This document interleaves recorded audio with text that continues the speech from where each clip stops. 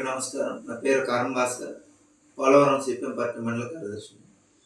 గతంలో కూటమి ప్రభుత్వం ఎన్నికల్లో హామీ ఇచ్చింది. జీవో నెంబర్ 3కి చట్టబద్ధత కల్పిస్తానని, గిరిజన ప్రాంతంలో ఉద్యోగాల అవకాశాలన్నీ గిరిజన యువతకు కల్పిస్తామని హామీ ఇచ్చింది. ఎన్నికల కూటమి ప్రభుత్వం వచ్చినప్పుడు కూడా జీవో నెంబర్ 3 మీద స్పష్టమైనటువంటి కార్యాచరణ రూపొందించలేదు.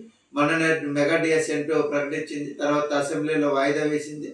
కానీ ఏజెన్సీ ప్రాంతంలో స్పెషల్ డిఎస్సి తీయడం ద్వారా గిరిజన యువతకి ఎక్కువ ఉపాధి అవకాశాలు, ఆ రకంగా అవకాశాలు ఉంటాయి. కానీ అటువంటి దాన్ని ప్రభుత్వం చేపట్టలేదు.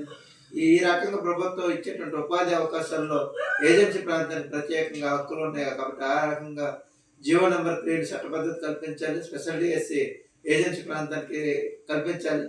దీని మీద ఇప్పటికే యువత అనేక ఆందోళన చేస్తున్నారు. దీనికి సిపిఎం పార్టీ కూడా మద్దతు తెలుపుతుంది.